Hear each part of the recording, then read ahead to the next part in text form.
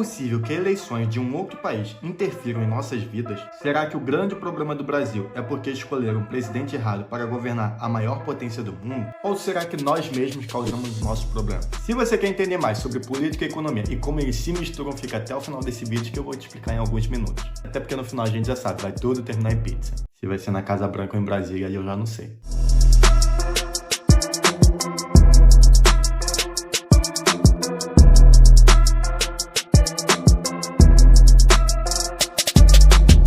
Fala Alcateia, tudo bem com vocês? Eu sou Ronaldo Lobo, criador deste canal, educador financeiro e também escritor. E a minha missão aqui é te ensinar a dominar o seu dinheiro e não ser dominado por ele. Embora 99% da culpa de nossa vida financeira estar boa ou ruim ser nossa, existe aquele 1% safado de variáveis que interferem sim na nossa vida. E uma dessas variáveis é a política, tanto mundial como a nacional. Mas calma que eu vou entrar mais em detalhes. Mas também não tem como eu falar de todas as políticas mundiais, então vou focar naquela que é mais importante para todo mundo.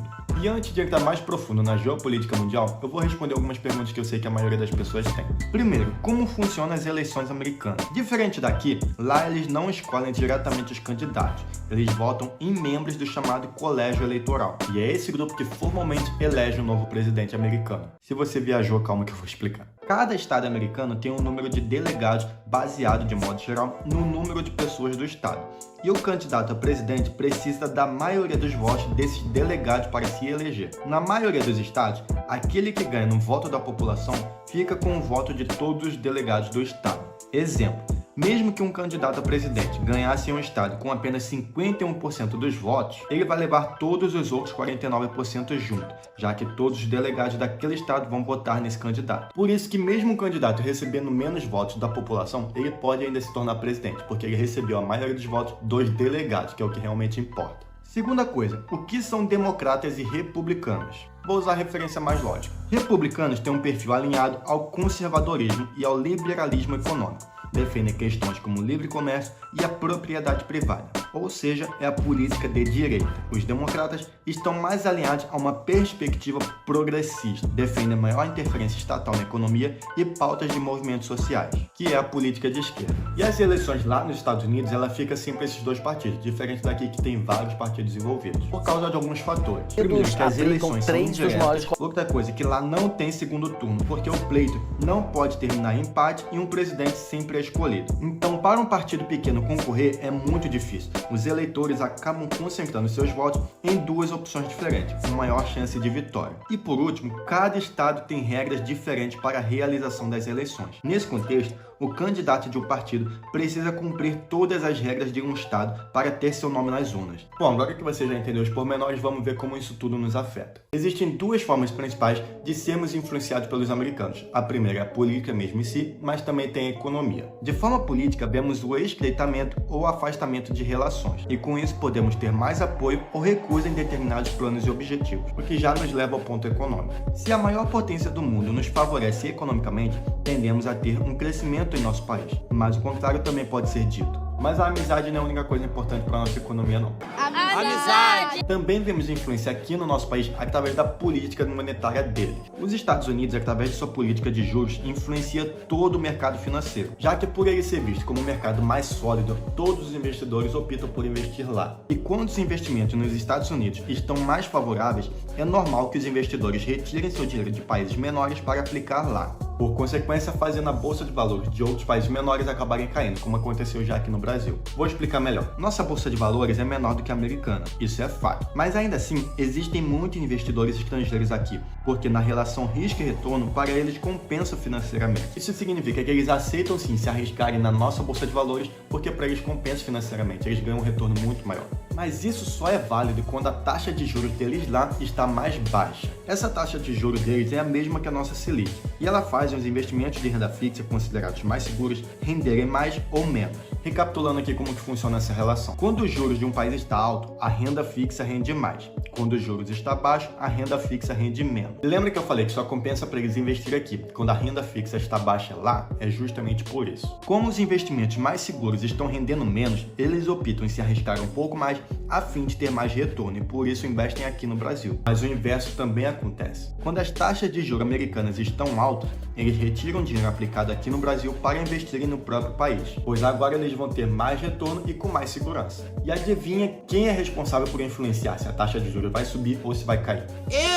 Exatamente, política. Então, mais uma vez, vemos política e economia de mãos dadas. E não para por aí. Essa mesma taxa de juros não influencia apenas a questão dos investimentos, mas também a inflação, pois ela é uma medida de controle dos preços. E aqui é mais uma coisa que influencia na gente, porque se a inflação não for controlada lá nos Estados Unidos, ela vai interferir na nossa economia também, por causa de câmbio e comércio. Quase tudo que consumimos hoje, o dólar está envolvido. Eu te desafio a pensar em algo que o dólar não esteja correlacionado. Isso daqui é até um pouco mais fácil de entender. Se o dólar está mais caro, os produtos ficam mais caros. Se o dólar está mais barato, os produtos também ficam. Tá bom, Ronaldo, já entendi isso tudo, mas o que é melhor pra gente? A esquerda ou a direita vencer lá nos Estados Unidos? Na verdade, vai depender de quem está no comando aqui no nosso país. De acordo com nossos jornalistas econômicos, independente de quem ganhar as eleições agora, o Brasil vai continuar no mesmo caminho, se afastando mais das relações políticas com os americanos. O que vai mudar é a velocidade com que isso será feito. Porque o nosso atual presidente está se relacionando mais com China, Rússia e Irã, que são membros dos BRICS e adversários econômicos dos Estados Unidos. Então, se a esquerda ganhar, as relações continuam,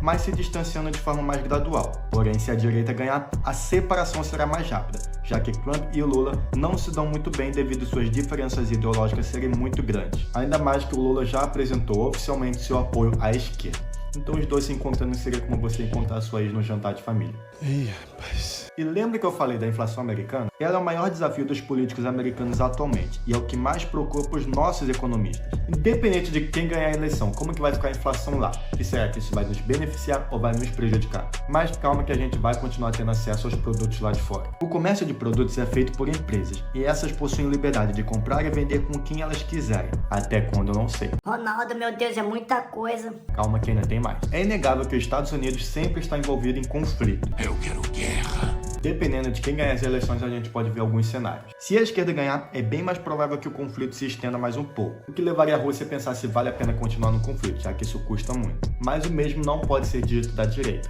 Trump disse uma vez que se ganhasse as eleições, ele acabaria com as guerras. Como ele vai fazer isso ainda é um mistério. Existem algumas especulações que ele possa tirar seu efetivo da Ucrânia, o que reduziria sua força e obrigaria ela a se entregar à Rússia. Mas isso é um tiro no pé, porque assim estaria fortalecendo seu próprio adversário e mostraria que a OTAN não tem tanto poder sozinha. Mas de qualquer forma são apenas especulações e teorias. Ah, Ronaldo, agora acabou, né? Então.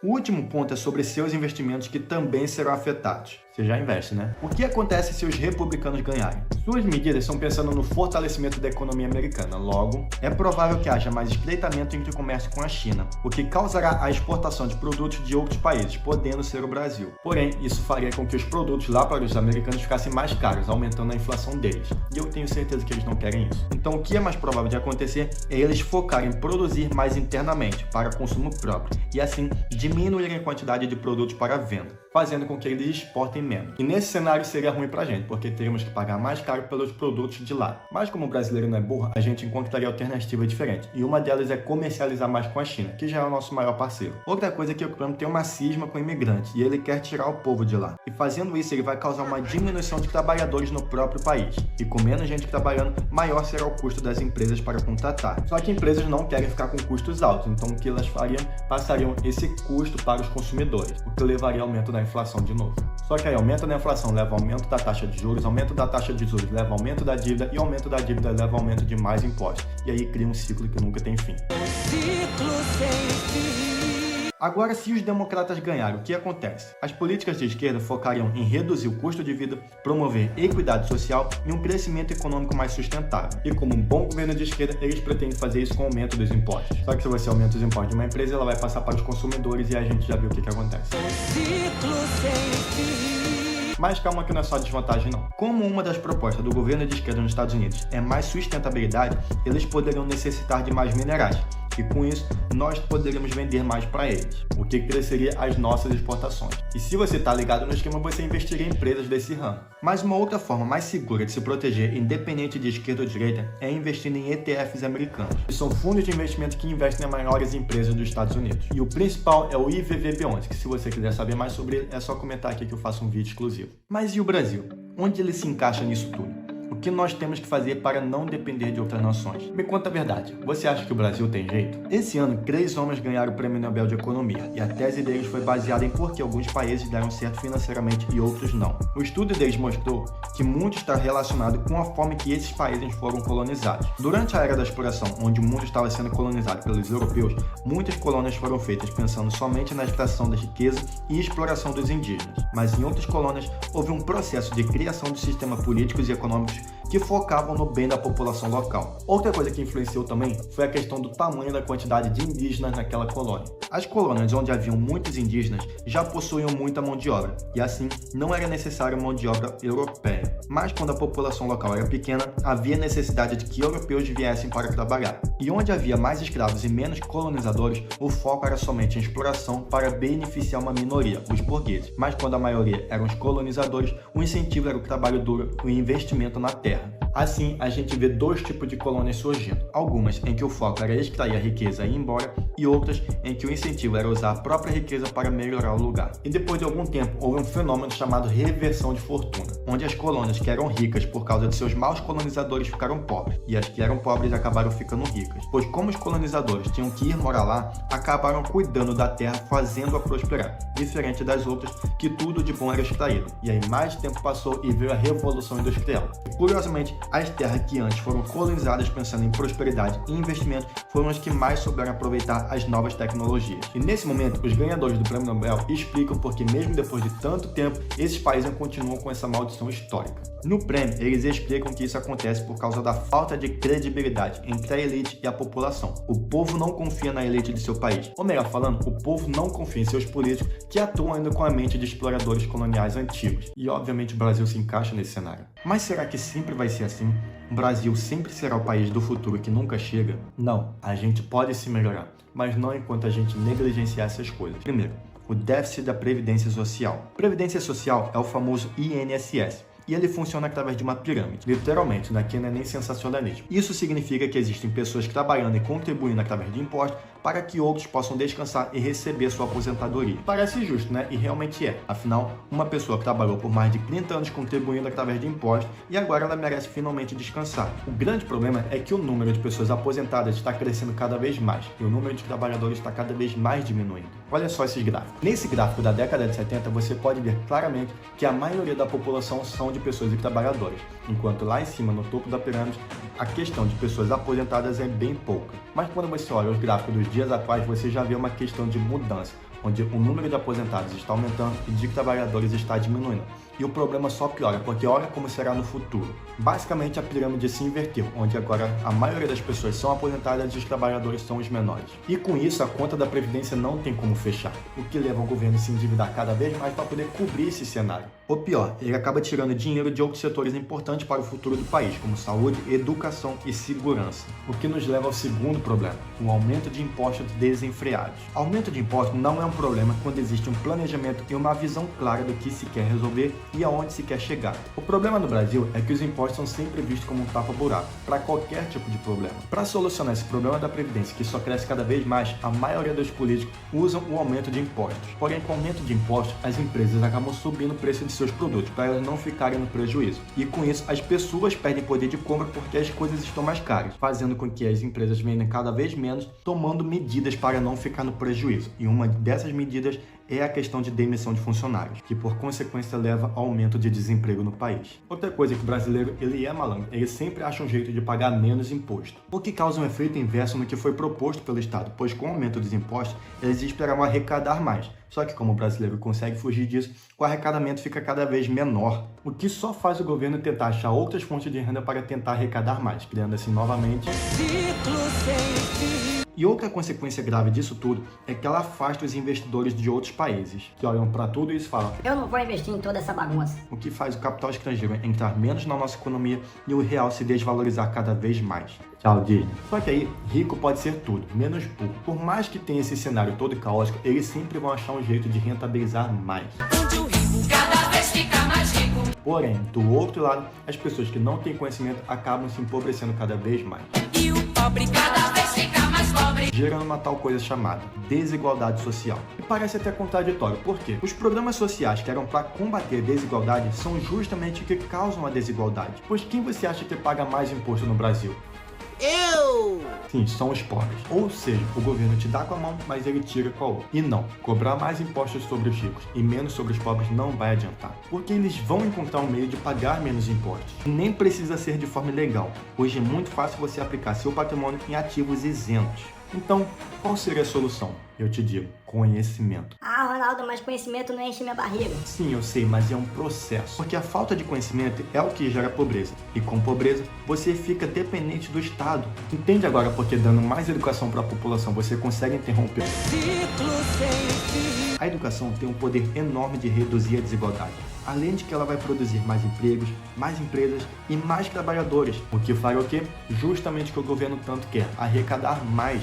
No curto prazo, o aumento de impostos resolve-se um problema do governo em ter que pagar suas dívidas. Mas a longo prazo, o efeito negativo é muito pior. E é por meio da educação que a gente consegue interromper esse ciclo. Porque através dela conseguimos preencher lacunas das oportunidades e desvantagens que o próprio sistema causa. O problema é que os efeitos demoram a chegar e o brasileiro ele é imediatista. E por isso muitas das vezes acaba ficando vendido na mão de outras pessoas. Não é à toa que hoje somos considerados o povo mais ansioso do mundo e que agora é o que mais consome jogos de apostas, buscando solução rápida. Mas será que é isso que os cabeças pensantes querem evitar? Ou será que eles realmente querem que a gente continue dependente deles? Prefiro deixar isso em aberto. É inegável que enfrentamos tempos difíceis, onde a política e a economia parecem estar em constante turbulência. E a sensação é de que nossos líderes estão ignorando os erros cada vez mais. Mas o que nos cabe é nos informar mais, questionar mais e, principalmente, cobrar mais responsabilidade de quem nos representa. Participar ativamente da política, seja por meio de voto consciente, da fiscalização ou até do diálogo em nosso convívio.